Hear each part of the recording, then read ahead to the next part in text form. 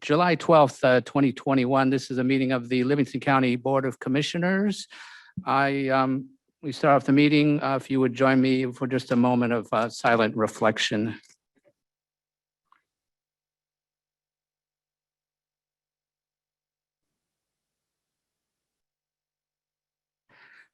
Thank you. Now, if you would rise and join us in the Pledge of Allegiance.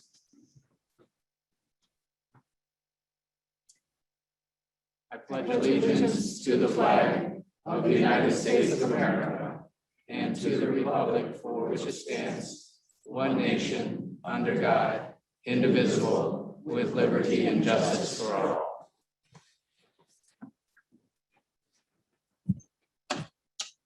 all. Roll call, please, Madam Clerk. Commissioner Nakagiri. Here. Commissioner Griffith. Here. Commissioner Smith. Here. Commissioner Reeder. Here. Commissioner Helserman. Here. Commissioner Drick. Here. Commissioner Zajac. Here. Commissioner Gross. Here. Commissioner Plank. Here. A quorum is present. Thank you. Next item on the agenda is correspondence. This evening we have correspondence from Kalamazoo County. It's a resolution opposing privatizing Michigan's mental health system. Looking for a resolution to receive and place on file. Move the correspondence, Zajac. Support Plank. Motion by Commissioner Zajac, support by Commissioner Plank. All those in favor of the motion, please signify by saying aye. Aye. Any opposed? Motion passes. Our next item is a call to the public. At every meeting, we have two call to the publics, one towards the beginning, one towards the end of the meeting. Any citizen wishing to address the Board of Commissioners can do so. You have 3 minutes to address the board. All that we ask is that you provide your name and address before starting. I'll first ask if there's anybody wishing to address the board here in the meeting room, and then I'll ask remotely. Is there anybody here in the meeting room that wishes to address the Board of Commissioners? Seeing none, we'll go to the Zoom portion. And if anybody on Zoom that wishes to address the board, if you would either raise your hand using the Zoom raise your hand function, or just wave at us if you can't find that function. I'll give a moment to scan here. I don't see anybody.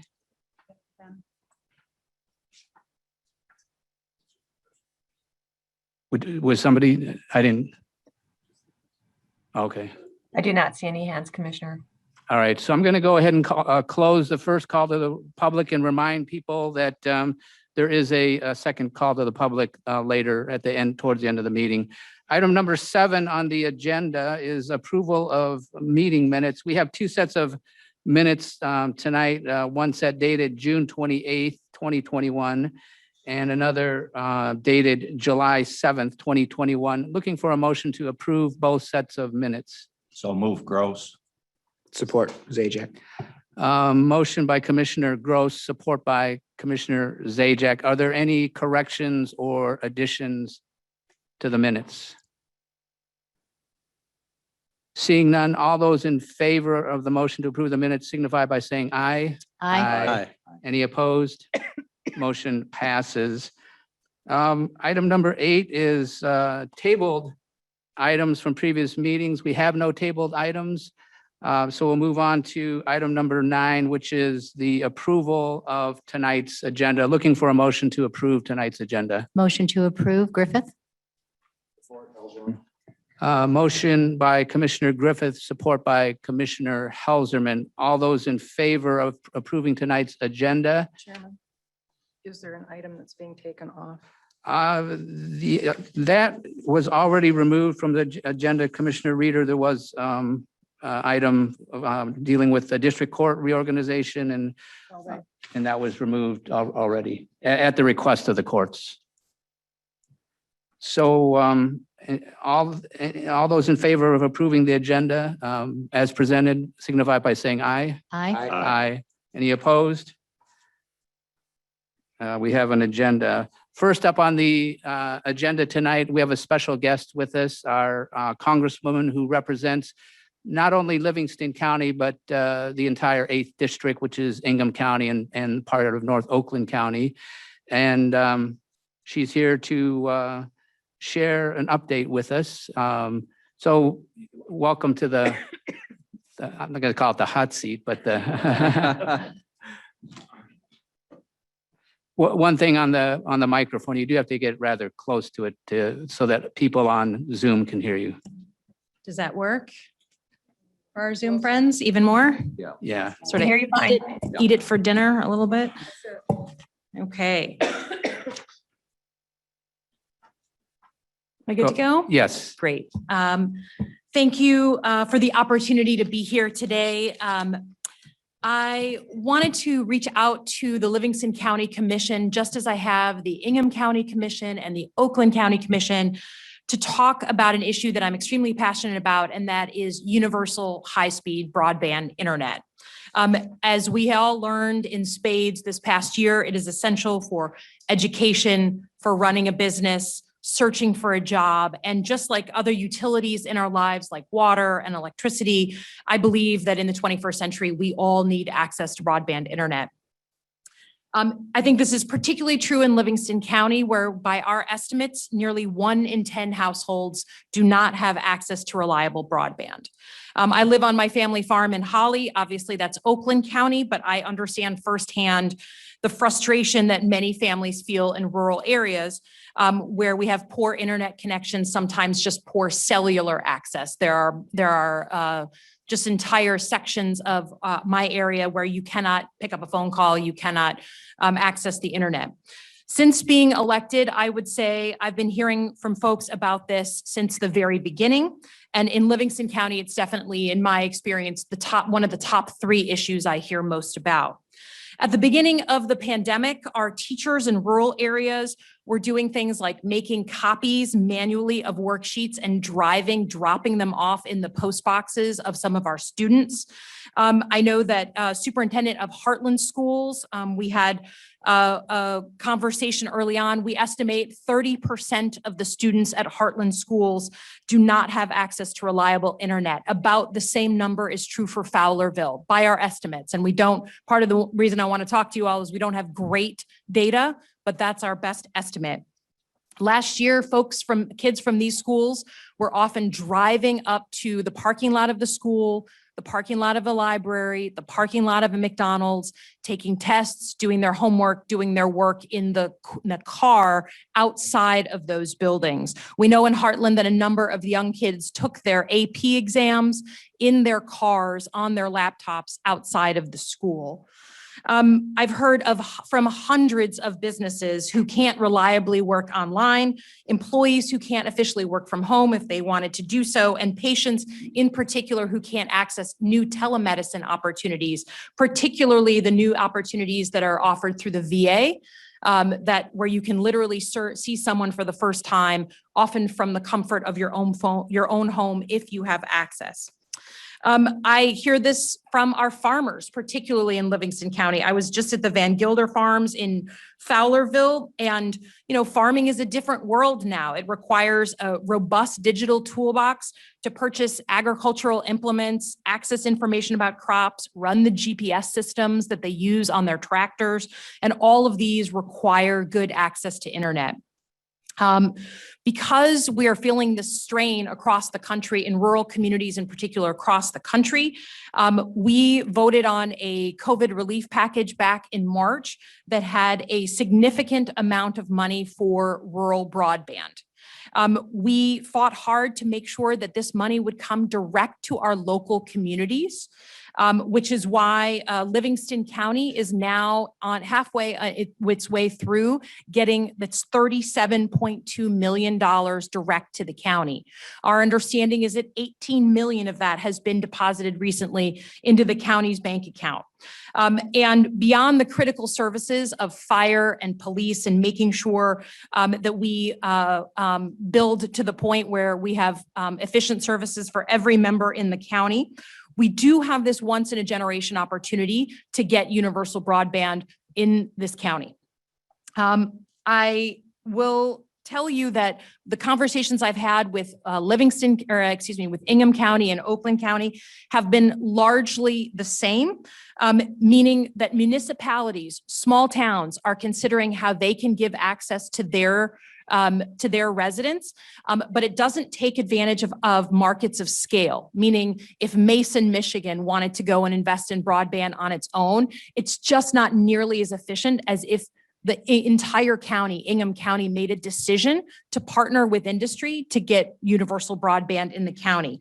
So that's why I wanted to come and talk to you today. We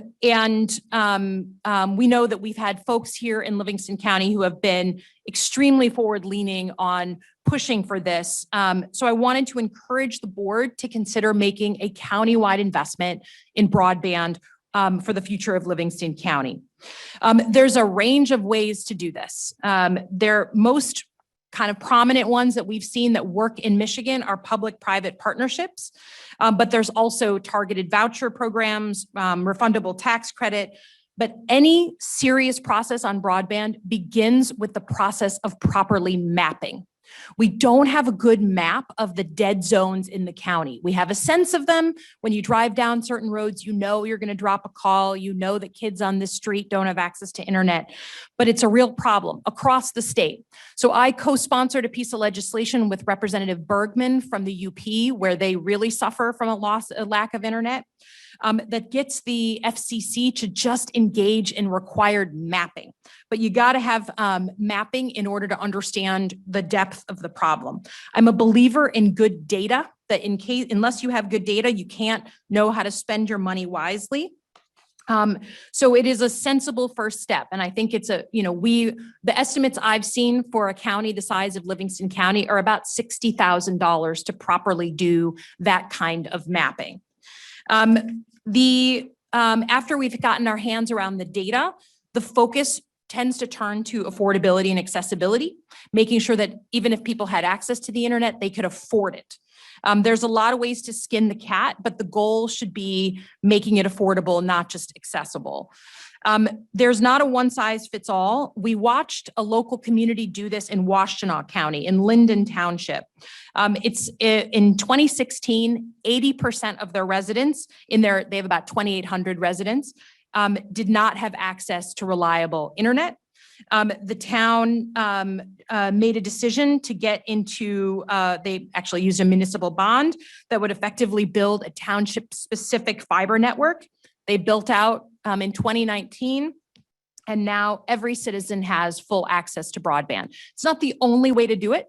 And what I would offer to the commission here is the amount of money that's coming in right now means you don't have to go to a bond. You don't have to go to some other form of revenue generation in order to pay for this. You have the money, and it was written for the express purpose of, or at least one of the reasons you could use the money, or one of the ways you could use it, is on broadband. The only other thing I would say, I appreciate Chairman being able to be here and speak in front of you. I think it's an important once in a generation opportunity. I'm having, like I said, the same conversations across our district. We made a decision in the 30s to provide electricity to rural America, the electrification of the rural communities.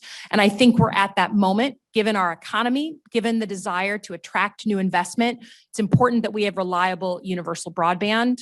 And I'd be happy to talk about anything and everything related to that topic.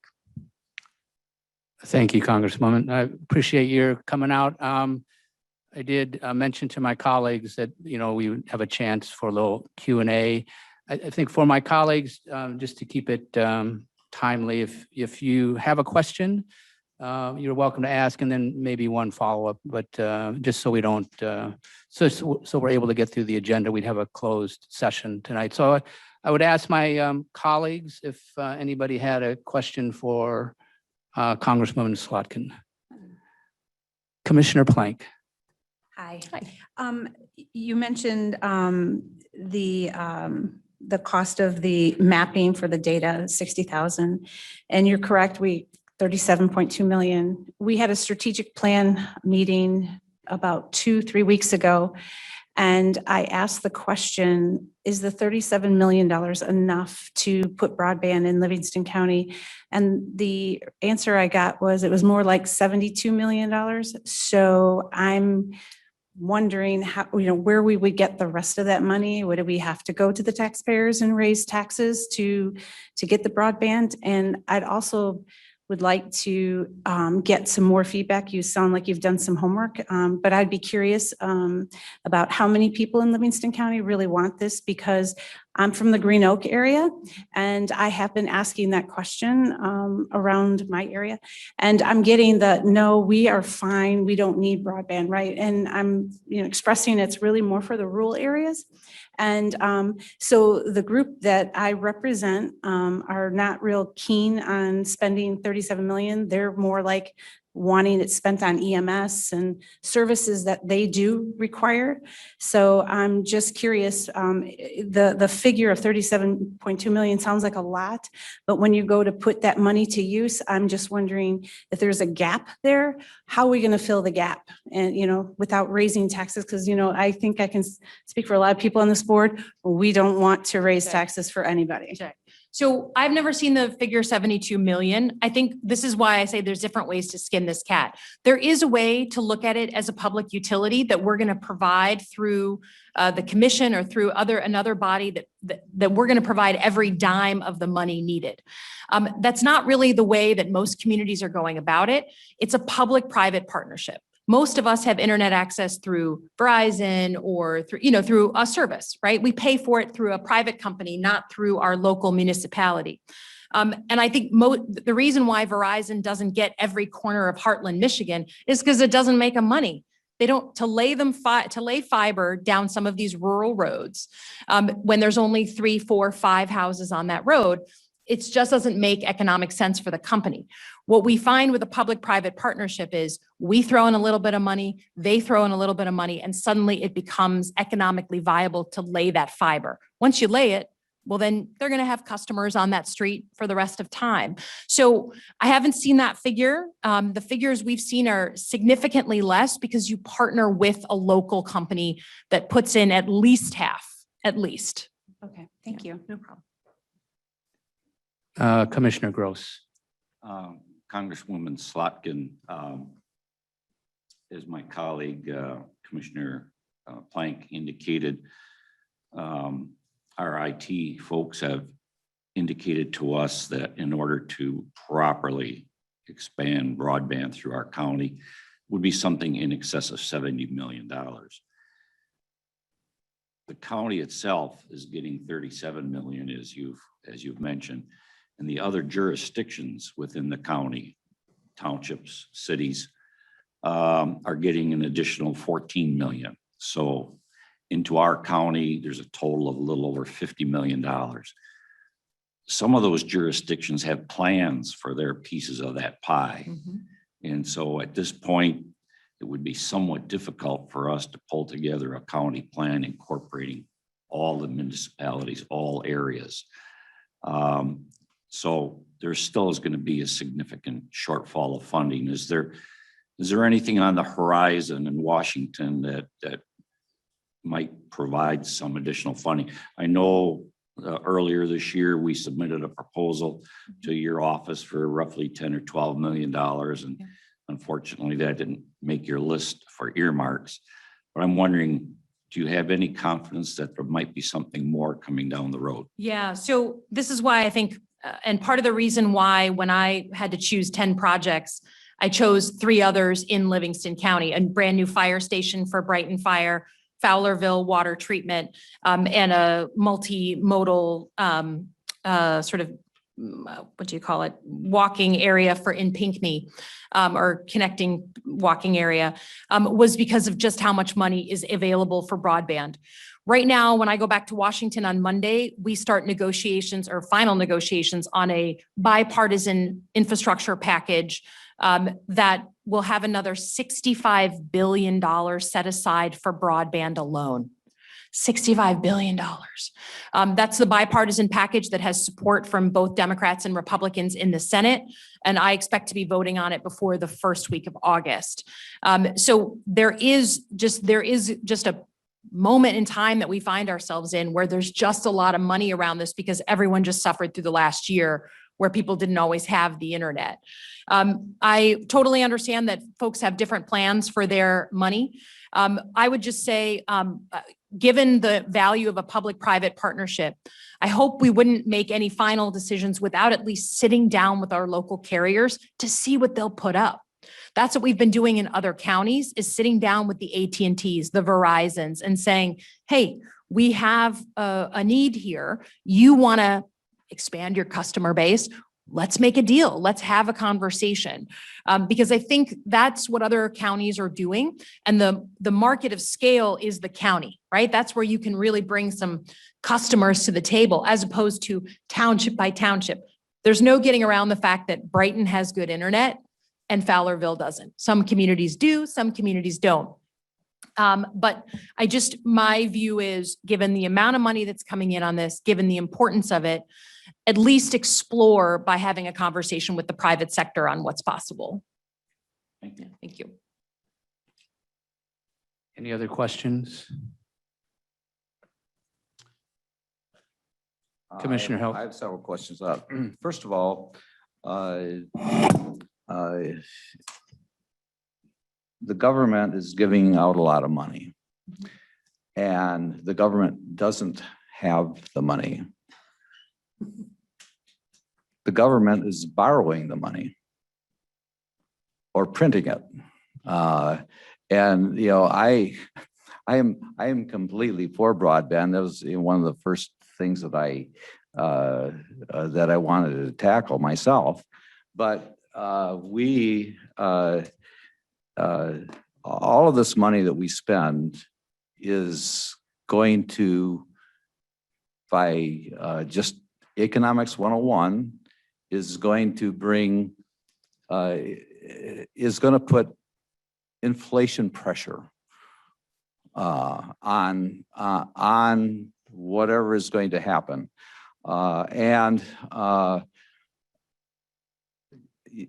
Although I'm happy on one sense for $37 million, on the other hand, it's kind of, you know, there are things that taste really nice in your mouth, and when they get to your stomach, they do something that's, you just wish it wouldn't happen. And I kind of think that's what's going to happen here with this, and with, you know, and even with under President Trump, there was more spending than I felt comfortable with. Anyways, but so it's not a Democrat, Republican, you know, a dollar doesn't understand. Yeah, you're worried about the deficit. A dollar doesn't understand whether a Democrat's spending it or a Republican. It doesn't care. Anyways, you are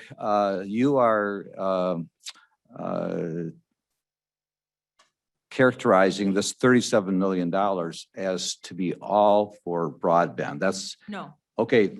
You know, that was my first understanding, that there's $37 million for broadband, is how I understood that you said it, you know, and No, $37 million, 37.2 coming into the county with this Right. last tranche that we Okay. voted on in March. so I know that there was an article in the Fowlerville paper by the Livingston Democrats that said there's $37 million for broadband. And I just think that, although I'm for broadband, I think it's unlikely that $37 million of it will go. Yeah, that's not my proposal. In fact, Okay. as I was sitting there next to the deputy sheriff, I would never propose that all of that money be spent on broadband, and nor do I think it's required. And even the proposal that you all put forward, I think was around the $10 million range. And I think based on what I'm seeing in other counties, there's a whole range of options that we can look at. Right. But no, I would never, the 37.2 million is for a whole host of things. We authorized it for a whole host of Okay, things. I just I'm not want to, proposing. I just No. want everybody in the room to understand your feeling on Yeah. that. Yes. And you talked about rural electrification, and we did this, our country did the same thing with telephones. Mhm. that the federal government stepped in. Now, the level of service that was needed or expected from an electric line was that we would be able to run our pump and run, maybe our refrigerator, but not necessarily, they didn't have air conditioners back then. They had a limited expectations. And so they got what they needed. Yep. They did not necessarily get everything they wanted. And that's the other thing that we need to understand with this, that even if we lay the lines that we need for the population we have now and our population doubles, we are going to be in a similar situation. I think anyways, I'm not sure on that, but I suppose, but maybe there's a room for that to pay for itself, the more people you have. The other thing that because I really think this is more of a federal issue and a state issue. When you're talking about the big picture, the county is not the big picture. It's a bigger picture than a town or a township, but it's really not the big picture because in my study of this matter, the problem is the laws that go who can put what on a telephone pole and how much do they have to pay. And when you go from this township to the next township, you have a different permitting process and a different this and a different that.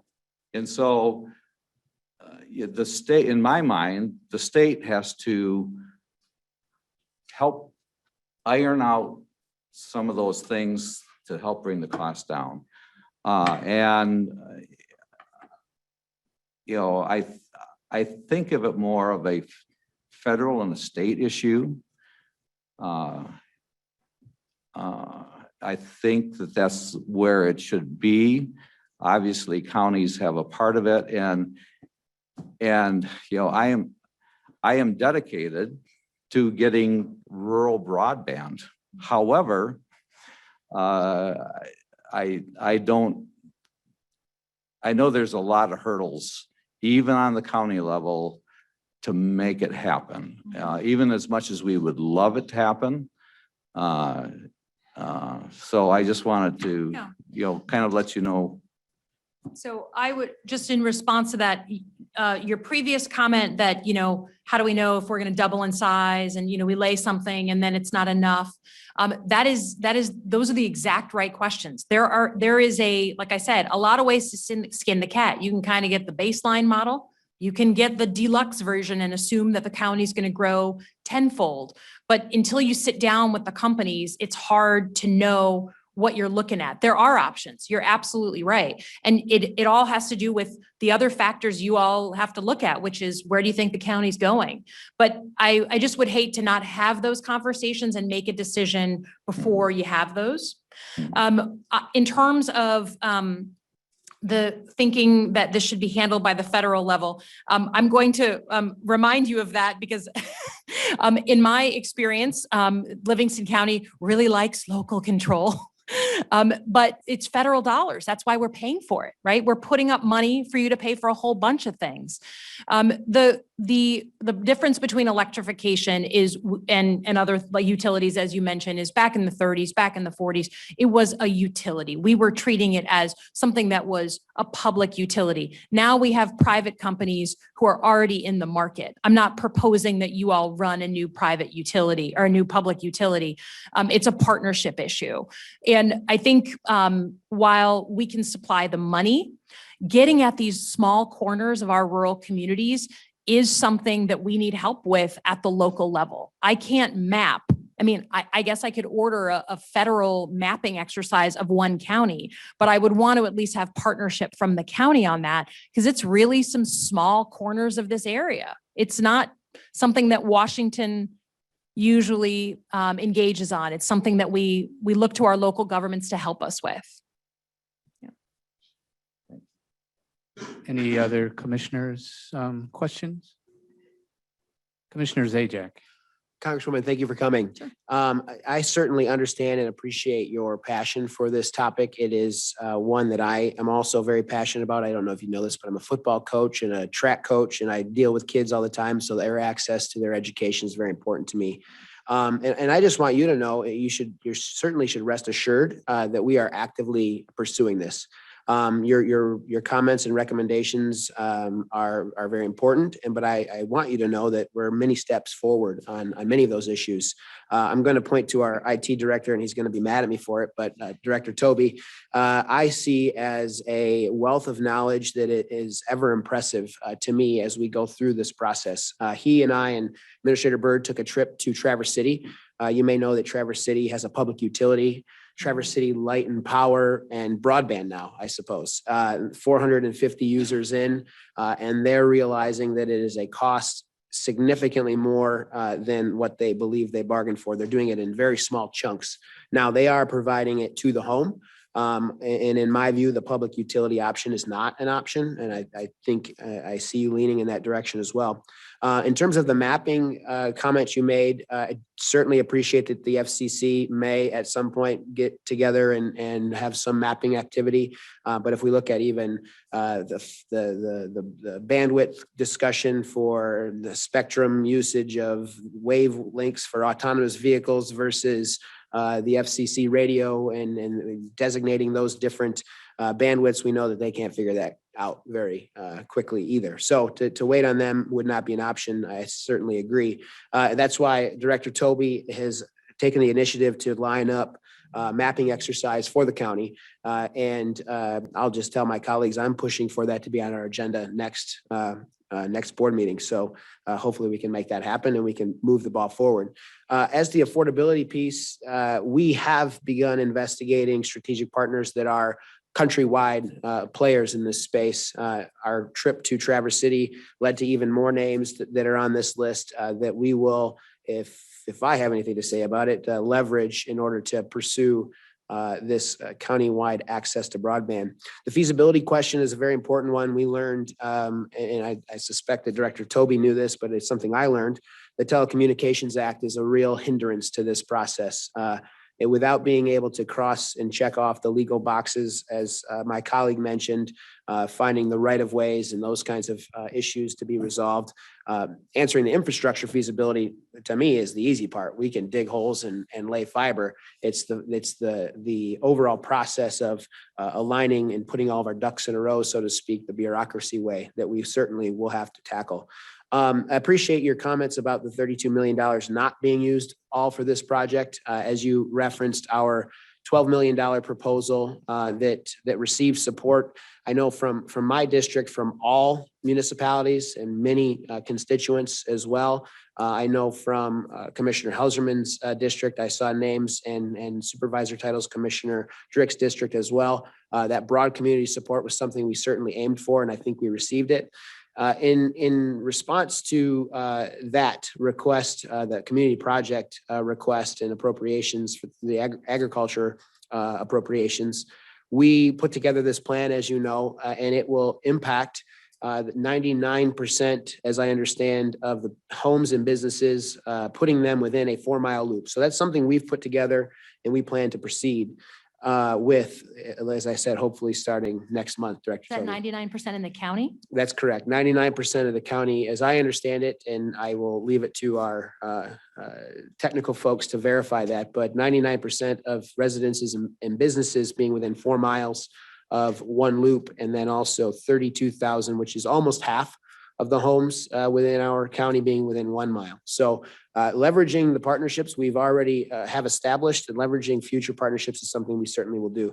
I just want to follow up with my question after that long introduction. As it relates to just the nature of the quest or the nature of the suggestion, if you will. The state of Michigan has received billions of dollars. We will receive 37 million. Heck of a lot of money. As we look at our different directors in the room, they all raise their hand for all 37 million. But they play well with others, so we're going to be able to get that done. I guess my question is, in terms of allocating funds to this very important project, have you and your colleagues requested that our governor or our legislature allocate the federal money to go to this specific activity, and then able to allow the local governments to address very local needs? Because I do agree with Commissioner Hauserman in that this is not just a local issue, it's a statewide issue. Yes, I am supportive of local control and implementation, but being able to address it in a universal way, as you introduced this conversation tonight, I believe requires some level of synergy. And my question is, have you and your colleagues approached the state to use their very large amounts of money in order to support this? Yeah, so the money that we allocated when we voted on this back in March, the same things that you guys can use it for is what the state can use it for. We fought very hard to have some of that money come directly to you all. That was something that was not necessarily in the first version of that bill. And the reason why 37.2 million is coming here direct to you without having to filter through the state is because we demanded it at the federal level. The rest of it, I'm sorry to say, but our state legislature left for the summer without allocating the rest of it. So we have been pushing for them to just come up with a plan, just tell us. And it is a little weird to go to Lansing and advocate for federal dollars to be spent back on my community, but that is what we're having to do. So trust me, we have been having robust conversations in Lansing, but I can't change the fact that they went on summer break without allocating the rest of that money. In the meantime, we have another infrastructure bill that's working its way through the federal legislature. We'll vote on that. But the truth is, the providers you have up in Traverse City or in the UP are just different than what you have down in suburban Detroit. You can't just go to one provider at the state level and say, great, Verizon, you cover the entire state, you lay fiber everywhere, we'll work with you on just one plan for the entire state, because we have a patchwork of providers. For better or for worse, that's the free market, right? Some people decided they wanted to try and go to the UP. Some people went into suburban Detroit. So there isn't a one-stop shop to make this perfect at the state level, because the free market is part of the conversation. Thank you. Yeah, thank you. But it feels like you are like on it, and it makes me happy that the plan would cover that many residents. I think that's fantastic. Anybody else? Any other commissioners? I was seeing no other commissioners. I got a couple questions. You had mentioned that there could be another appropriation of funds from a federal level. I was doing a little bit of research and saw that all counties got approximately $194 per person. It's all across the United States. But something that caught my attention, here in the 8th district, we have Livingston County, we got $37.2 million. Here in the 8th district, the city of Lansing was appropriated or got $82.8 million, which, they got, Lansing got 50 million. If we would have got the same per person funding as Lansing, our county would have got $82.8 million. How is it? And then you take that even a little bit to the more extreme, a little bit more lopsided. If the city of Detroit got $1,313 per person, if we would have got that kind of money, we would have received in Livingston County $252 million.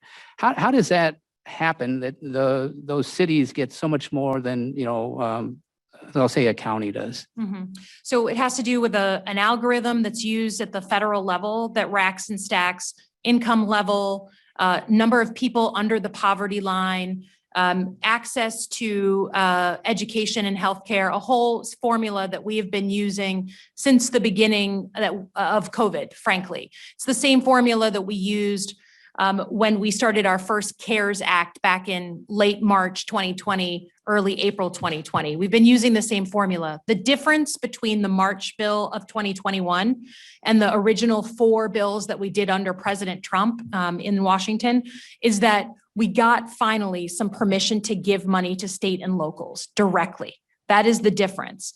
And so what you're seeing in the 37.2 is that formula, but with the change that you now get that direct compared to where we were a year ago, where you could get money for COVID relief for very specific things, but not for water treatment, not for broadband, not directly to you.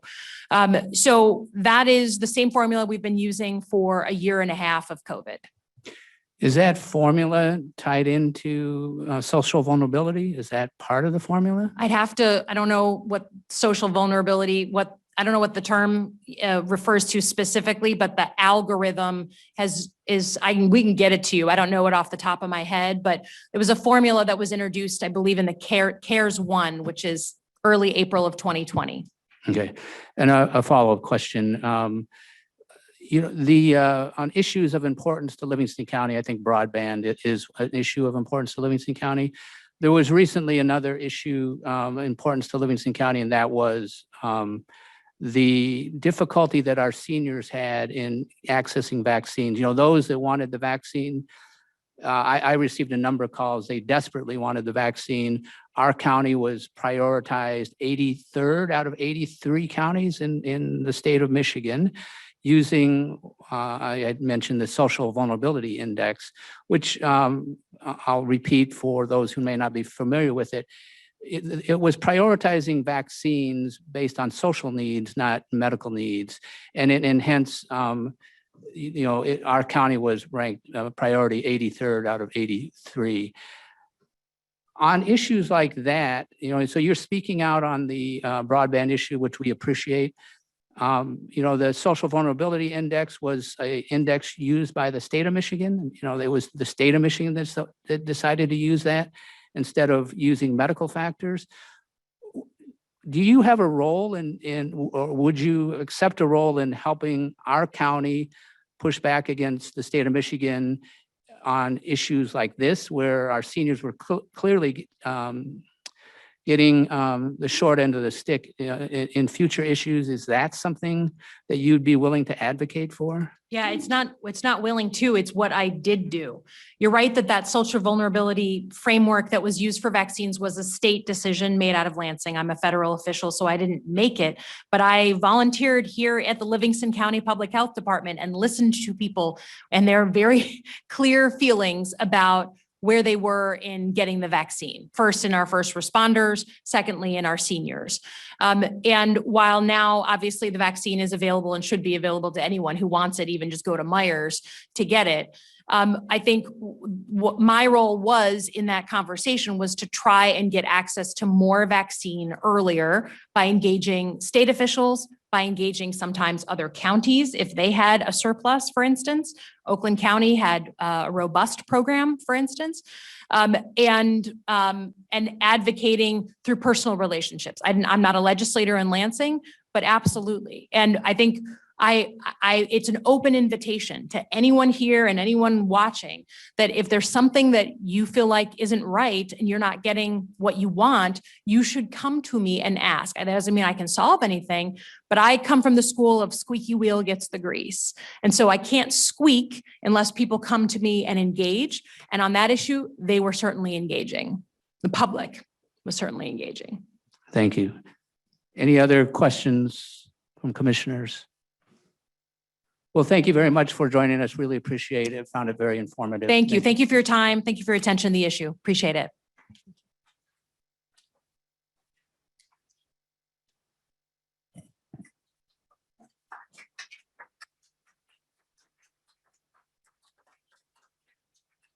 Next item on the agenda is the consent agenda. That this evening we have on the consent agenda, resolutions 2021-07-102 through 2021-07-109.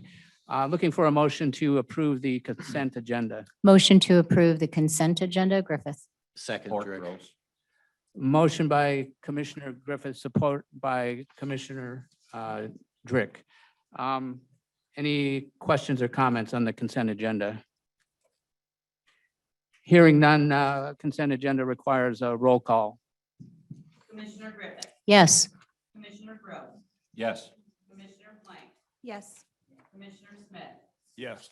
Commissioner Reader, Yes. Commissioner Nakagiri, Yes. Commissioner Helserman, Yes. Commissioner Drick, Yes.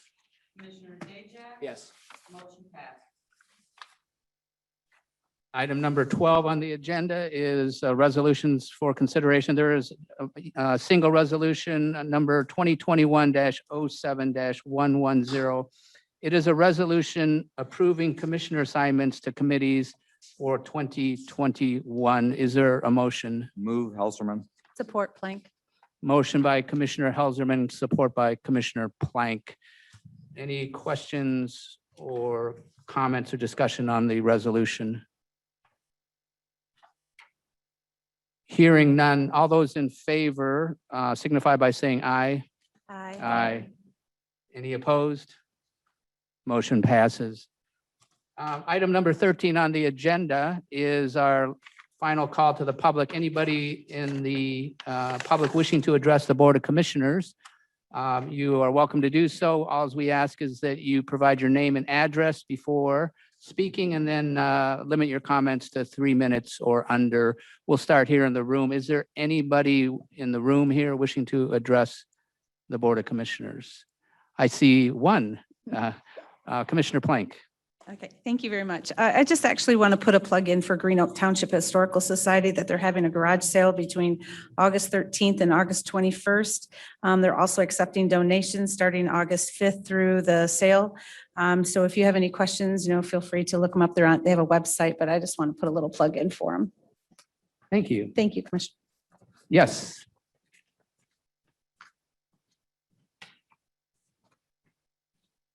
Hi, Wes. My name's Jane Locke. Yeah, if you would have a seat, and you have to speak pretty close to the mic if people on Zoom are going to hear you. Hi, my name's Jane Locke, and I'm in Genoa Township. I would like to address this broadband issue. And as a delegate, a precinct delegate, I have not heard anybody in my precinct who has come forward and even remotely request anything about broadband, especially at taxpayer expense. Alyssa Slotkin desperately needs to read the Constitution, specifically Article 1, Section 8, which enumerates. It's very easy. Even Alyssa could understand it if she really wanted to. It spells out exactly what her role is in Congress and what Congress's role is. And I think she's very confused. And you're 100% correct. The only money that the government has is money they've taken from us, the producers, to give to the non-producers or to spread around the community like it's some big social experiment. And the only other money they have is the stuff that they just crank up and invent out of thin air, and it just drives inflation. It's ridiculous the amount of money that these characters have produced out of the thin air in the last year over this ridiculous COVID crisis. We can't leave our children with a humongous debt that we have. It's unsustainable, and there's not a penny that the government has that doesn't come from taking it from someone that produces. And we simply cannot be doing this any longer. $34 million, she talks about 34 million like it's popcorn. That's a lot of money. And it's not even going to cover half if you used it all, and not even all of it's available to be used for broadband. It's ridiculous. I'm 100% against it, and I know you would be too. And I really, really urge you to seriously think about your role as public servants and how you should be spending money that has been taken from the producers. And broadband is not it. Thank you very much for hearing me. Thank you. Anybody else in the room? Miss Dr. Dial, Perry Dial. Thank you. You remembered. Well, thank you. My name is Caitlin Perry Dial. I live at 634 Nelson Street in the city of Brighton. Thank you for the opportunity to address the commission this evening. My remarks tonight focus on one pressing issue, which is broadband internet access in our county. As you are aware, Livingston County has been awarded an incredible sum, $37.2 million in funds to bolster the county's infrastructure. I'm urging you to use some of these funds to expand and improve upon the county's access to broadband internet. When this commission interviewed me for the open position, it's no hard feelings. You asked me what I believe to be the county's greatest challenge in the years ahead, and my answer was access to broadband internet. My answer remains the same now, and I would actually edit it to say that that is the greatest challenge now. Throughout these last 16 months, it has become very apparent that many residents in our county do not have equitable access to the internet, a service that is an essential utility as water or electricity. However, many of our neighbors lack the adequate speed to do their jobs remotely, go to school online, or even browse at their leisure. With the pandemic subsiding, these issues will persist as many employers, colleges, and school districts see the advantages of remote connectivity. In fact, these issues were prevalent before the pandemic. We just didn't pay attention to them. I can personally attest that my family owns a lake home in Pinckney, and it is a dead zone. I have a 21-year-old cousin who insists that we need a booster out there, but I think we need a lot more. Municipal broadband has been very successful in several communities throughout the United States. And with this type of investment in Livingston County, we could be viewed as a leader in the effort to bring high-speed internet to all residents. As an example, according to municipal networks, cities across Ohio have expanded internet infrastructure in thoughtful and forward-looking ways. Municipal networks have created local government savings, increased speed, promoted service competition, and powered economic development. Some cities have specifically addressed the affordability gaps in cities where many residents have been left behind in a broken market where large internet service providers or ISPs have underbuilt networks, leaving hundreds of thousands of people behind. How many of you have groaned about your own internet speeds or your lack of choice in Charter or Xfinity? Wouldn't you like more choices? And another example, in Medina County in Ohio, which has a very similar population to ours. You have 15 seconds. Okay. They've done it. They've saved a lot of money. And actually, they've saved their school districts quite a bit of money that they can use to spend on instruction. Anyway, I urge you to use part of this $37.2 million to invest in our infrastructure and bringing broadband high-speed internet to our citizens. Thank you. Thank you. Yes, ma'am, come on up.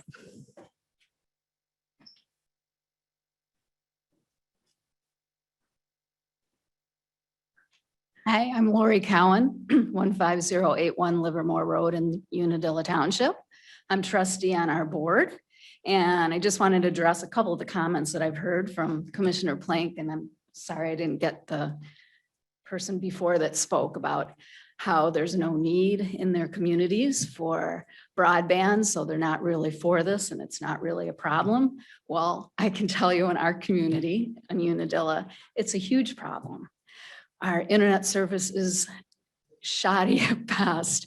Most people don't even have more than maybe one choice, and in areas there's no choice at all. This is a world that we should be looking out for one another and supporting people that don't have the things that you do. So just because a community like in Brighton and Green Oak has internet service, you should be looking around your whole community, your neighbors, and saying, my gosh, they don't have it. We should be supporting them and giving some of the money and support so that the whole community, all of Livingston County, can live equally together. That's all. Thank you. Thank you. Anybody else here in the room wish to address the board? We will go to the Zoom participants. I do see Jessica with her hand up. Thank you. Jessica Garcia, 327 South 3rd Street in Brighton. I'm speaking just to voice my support for spending this $37 million towards broadband in the county. You may all remember a few months ago, there was a meeting with a high rate of participation about whether these meetings should continue being offered virtually. And there was a lot of robust debate back and forth. And the one thing everyone agreed with on the call is how horrible our broadband was and people's internet connection jumping in and out and not being able to hear people. And despite all of our back and forth on what we thought should happen in that meeting, the one thing everybody agreed on again and again was that we need this. And so I really hope that you've heard a lot of different presentations tonight about communities that are doing this well, different creative ways to think about approaching this. I really hope that you focus on the potential for bridging like a common concern in our county. There are not a lot of places we agree right now on a lot of things. And this is one where there is wide sweeping consensus. So I hope that you can move forward on this and you find a way to bring this. I'm in downtown Brighton. I don't have an issue.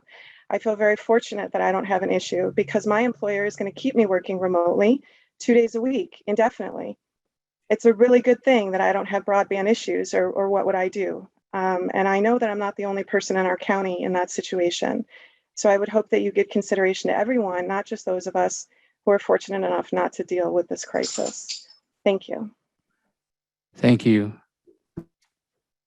I see a Zoom hand raised from Diane Link.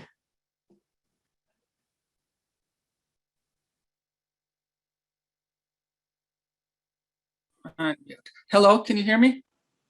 Yes. Okay. My name is Diane Link. I live in Green Oak Township on Goldman Drive.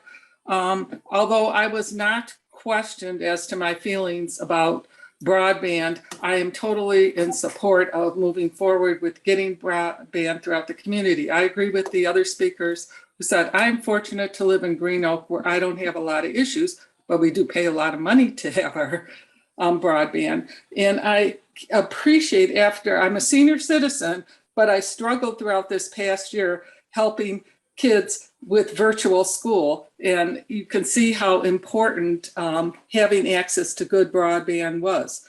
I think it's important to bring the whole county into the 21st century for all.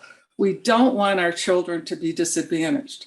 And also, I imagine that it can be good for the economy. Businesses need this, as Congresswoman Slotkin noted. All of the community could benefit from it. Our rural areas, our farmers need it in order to keep track of their businesses. I would encourage you not to let the hurdles stop you from moving forward with this project. There's hurdles in whatever the heck we do, and you just have to meet them and get through them. Find out what they are and the best way to do it. I mentioned I'm a senior citizen and I use it personally. I've done video visits with my physicians. I use it for my hobby of genealogy. I would be lost without access to the internet. I use it to keep contact with relatives who live in Canada where we're not allowed to visit yet. So I strongly encourage the commission to take some action on this and continue the action that you've already taken. Thank you. Thank you. I do not see any more Zoom hands raised. I'm going to look across the video picture, see if anybody's waving at us. I don't see anybody waving at us.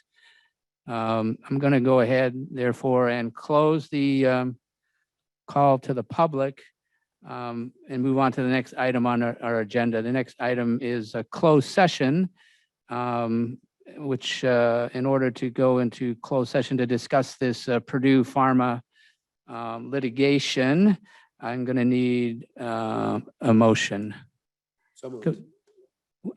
from Commissioner Griffith. Mr. Chair, I move to convene a closed session to consult with counsel to review and discuss the ballot for voting to accept or reject the Fifth Amended Joint Chapter 11 Plan of Reorganization for Purdue Pharma LP et al. And its affiliated debtors in the case of Purdue Pharma LP et al. Case number 19-23649 pending in the U.S. Bankruptcy Court for the Southern District of New York and other pending legal issues related to Livingston County's involvement as a litigant in the municipal opioid litigation. You win the prize for the longest motion. Thank you. Is there a Thank you, second? council. Support. Rose. Support by Commissioner Zajac. To go into closed session, I'm going to need a roll call vote. Commissioner Griffith, Yes. Commissioner Gross, Yes. Commissioner Plank, Yes. Commissioner Smith, Yes. Commissioner Reader, Yes. Commissioner Nakagiri, Yes. Commissioner Helserman, Yes. Commissioner Drick, Yes. Commissioner Zajac. Yes. Motion carried. So we'll give a few minutes to clear the room, both the physical room and the Zoom room. We stop the recording as well. Oh, yes, and stop the recording is looking for a motion. I'll make the motion as read by either Matt or Amy. Sure. Is- Mr. Chair. I was going to say, is there a second? Second. The motion by Commissioner Zajac, support by Commissioner Drick. So what is the motion here? I move to accept legal counsel's recommendation and authorize the county administrator to execute any documents approved as to form by litigation counsel. Any discussion? All those in favor of the motion as read signify by saying aye. Aye. Any opposed? Motion carries. Looking for a motion to adjourn. So move, Helserman. Support Plank. Motion by Commissioner Helserman, support by Commissioner Plank. All those in favor say aye. Aye. Opposed? We're adjourned.